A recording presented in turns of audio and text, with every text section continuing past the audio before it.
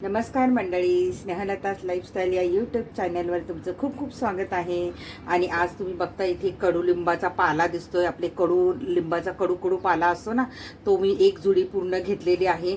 10 रुपयाला जुडी मिळते कडुलिंबाच्या पाल्याची, तर ती घ्यायची आहे. खूप औषधी गुणधर्म आहे यामध्ये, मी नंतर सांगणार आहे. पण हा पाल्यापासून आज आपण साबण बनवणार आहोत. तर काय माहिती, इथे पियर साबण घेतलेला आहे मी. याच्यामध्ये खूप केमिकल कमी असतं, त्यामुळे हा साबण आपण आज घ्यायचा आहे पियरचा. कारण आपल्याकडे आपण साबण नेहमी बनवत नाही, त्यामुळे आपल्याकडे साबणाचं मटेरियल नसतं. त्यामुळे हा पियर साबण घ्यायचा. याच्यामध्ये खूप केमिकल कमी असतं.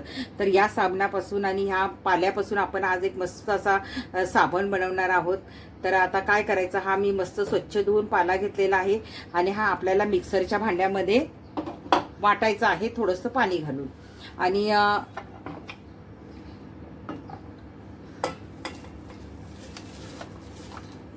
पूर्ण सगळा पाला स्वच्छ धुवून वगैरे घ्यायचा आहे आपल्याला.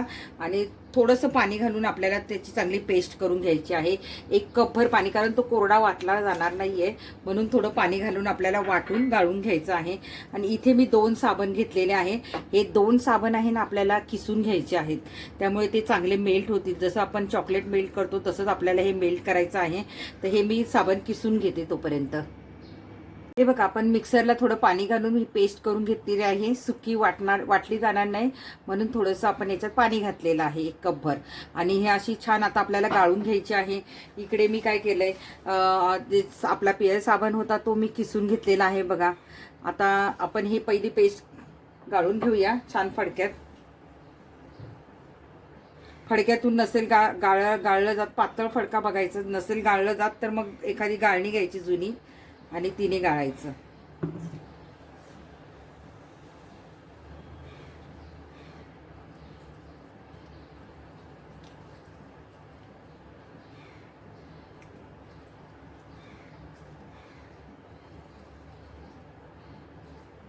हा बघा, छान गाळला जातोय. असंच मी सगळा रस पूर्णपणे गाळून घेते आणि मग पुढच्या कृतीकडे आपण वळूया. छान 1 कपभर आपला रस निघालेला आहे. मोठा कप आहे हा. 1 कपभर रस मिळाला आणि हा चौथा आहे. हा चौथा फेकून नाही द्यायचा, याचाही वापर करायचा आहे. आपण चेहऱ्याला वगैरे लावू शकतो, तर ह्याचाही टाकून न देता ह्याचाही उपयोग करायचा. तर आता आपण पुढच्या कृतीकडे वळूया. मी कढईमध्ये पाणी तापत ठेवलेलं आहे. आपण जसं चॉकलेट विरघळवतो ना, तसंच आपल्याला तो साबण विरघळून घ्यायचा आहे. आणि त्याच्यावरही मी चाळण ठेवलेली आहे. आणि त्याच्यावरही आपल्याला भांडं ठेवायचं आहे. आपण जो साबण किसून घेतलेला आहे तो ठेवायचा आहे. आणि थोडंसं गरम वाफ लागली की ते थोडं थोडं वितळायला लागेल, तर आपण ते सतत ढवळत राहायचं आहे. त्याला असंच सोडून द्यायचं नाही. तर अजून आपली वाफ चांगली बसलेली नाही, तोपर्यंत आपण त्याच्यावर झाकण ठेवूया. आणि 1-2 मिनिटांनी आपल्याला ते चेक करायचंय. हे बघा, आपला साबण गच्च भरलेला होता ना बाउलमध्ये, तो आता कमी झाला आणि वितळायला लागलेला आहे. वाफ लागायला लागली आहे त्याला. तो पूर्णपणे आपल्याला विरघळून घ्यायचा आहे. पहा, आता बऱ्यापैकी तो वितळला गेलेला आहे. मी सारखं त्याला ढवळत आहे, त्यामुळे तो पटापट होत आहे. तर आता बघा, बऱ्यापैकी त्याचं पाणी व्हायला लागलेलं आहे, वितळायला लागलेला आहे आपला साबण. आता 5 मिनिटात होऊन जाईल. बघा, आपली बऱ्यापैकी पेस्ट तयार झालेली आहे. आता काय करायचं आहे, आपल्याला साबण पूर्ण वितळलेलं आहे, हे जे आहे की नाही याच्यात ओतायचं आहे. 1 कप आपण कडुलिंबाचा पाल्याचा रस ओतला होता, तो मिक्स करून घ्यायचा आपल्याला. आणि मस्त आता जास्त वेळ नाही, 2 मिनिटं आपण त्याला हलवून घेऊया.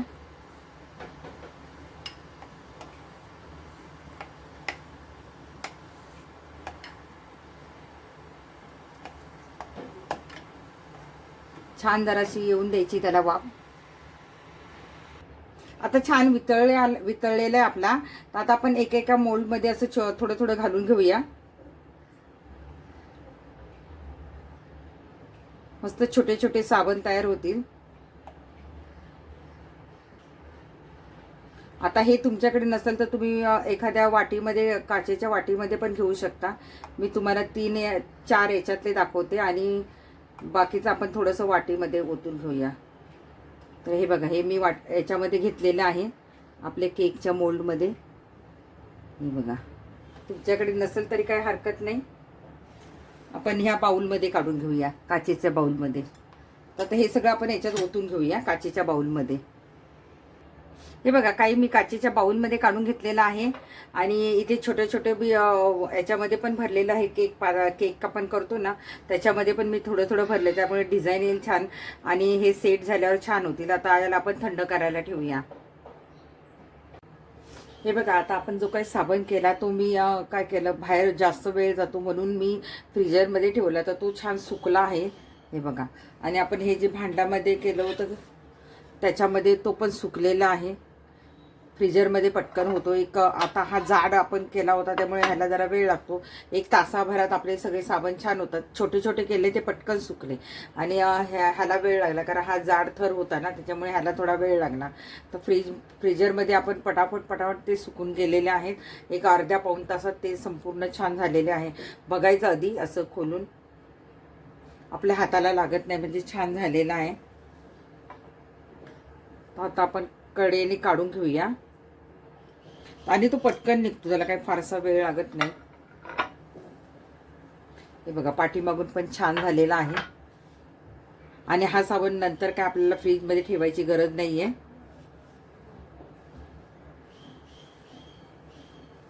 हा अजून किंचित पाठीमागून थोडासा ओला आहे, पण आता एकदम पूर्ण कडक झाल्याशिवाय आपण काढायचा नसतो. आणि ह्याच्यामध्ये तर पटापट निघतात, त्याला काही वेळ नाही लागत. आणि छान अशी फुलांची डिझाईन आली आहे बघा. हा हा हा, हे बघा, छान अशी गुलाबाच्या फुलांची डिझाईन आली आहे बघा. ह्या मोडमध्ये पटकन निघतात. नाही तर आपल्याकडे जो आपण जो ह्याचा फ्रीजरमध्ये आपण जो बर्फ लावतो त्या ट्रेमध्ये केलं तरी चालेल. हे बघा, हा थोडासा ओला आहे किंचित. ठीक आहे. वाव, मस्त वाटतं बघा गुलाबाची फुलं.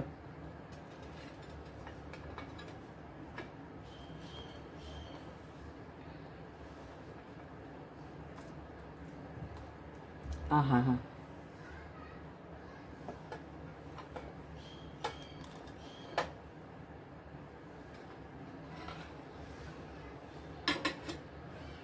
हे पहा किती छान दिसतोय ना आपला. मस्त छोटे छोटे असे साबण तयार झालेले आहे. आणि पहिली गोष्ट म्हणजे हे खूप औषधी आहे. जंतुनाशक साबण आपला तयार झालेला आहे. फंगल याच्याने बरे होतात, त्वचेचे डाग बरे होतात, जखमा भरून येतात. रोज ह्या साबणाने छान आपण आंघोळ करायची. मुरमा नाहीशा होतात, म्हणजे जे काही आपल्या स्किन गालावर फोडी बिडी पुरळ येतात त्या संपूर्ण नाहीशा होतात. अतिशय असा गुणधर्म असा हा साबण आहे. औषधी गुणधर्म असलेला असा हा साबण आहे.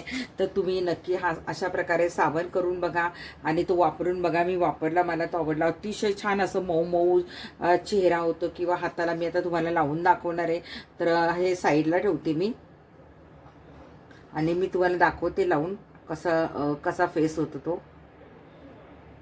हा बघा, आता हा साबण तुम्हाला वाटत असेल की आपल्याला फ्रीजमध्ये ठेवायचा का काय की नाही, तसं फ्रीजमध्ये ठेवायची काही गरज नाही आहे. एकदा तो झाला मस्त असा कडक की तो बाहेरच ठेवायचा छान पॅकिंग करून, आणि त्याला काही होत नाही आहे. आणि असा मस्त असा आपला साबण तयार झालेला आहे. मी थोडासा हाताला लावून दाखवते तुम्हाला किती फेस होतो.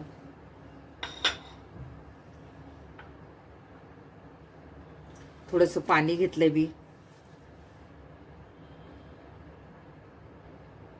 आणि बघा, हा साबण घ्यायचा, असा असा लावायचा. थोड्याशा याच्यात आपल्याला किती फेस होतो बघा. आणि शिवाय आपल्या त्वचेसाठी अतिशय अशी गुणकारी असा हा साबण तयार झालेला आहे. बघा किती फेस होतो. हे बघा, छान फेस होतो आणि सुवास पण सुंदर येतो. तुम्हाला वाटलं तर करताना हळद पण तुम्ही घातली तरी चालेल. मी विसरले घालायला, तर हळद पण घातली तरी चालेल. आणि तुम्हाला माहिती आहे का की आपण तो जो रस काढला होता कडुलिंबाचा, तो नुसता गाळून प्यायला तरी चालेल. त्याचे अनेक गुणधर्म असतात. डायबिटीस अगदी नष्ट होतो. तुम्ही रोज जर कडुलिंबाचा रस प्यायलात ना, तर तो डायबिटीस पण नष्ट होतो. तर बघा, आता हा मी हात धुवून घेते आणि दाखवते तुम्हाला. हे बघा, मी हात पण धुतलेला आहे. बघा, कुठला हात जरा गोरा गोरा दिसतो बघा. छान असा हात मऊ मऊ झालेला आहे. तुम्ही लहान मुलांना सुद्धा हा साबण वापरू शकता. अगदी छोट्या मुलांपासून सगळ्यांना हा साबण उपयोगी आहे. तर हा औषधी साबण नक्की करून बघा घरी. हे बघा बघा कुठला छान वाटतो हा. मग काय मंडळी, करणार ना हा साबण? नक्की करून बघा आणि मला सांगा तुम्ही केल्यानंतर, कमेंट करा. आणि आता आज मी दाखवलेली कडुलिंबाची रेसिपी कशी वाटली ती नक्की मला सांगा आणि कमेंट नक्की करा. आणि तुम्ही हा कधी केला होता का हे पण सांगा. आणि मी केला तर तुम्हाला आवडलं का ते पण सांगा. Bye bye. आता बघताय काय, घ्या साबण करायला. छान गोरं व्हायचंय, चेहऱ्यावरच्या पुरळ्या नाहीशा व्हायच्या, तर मग करा असा औषधी साबण. Bye bye.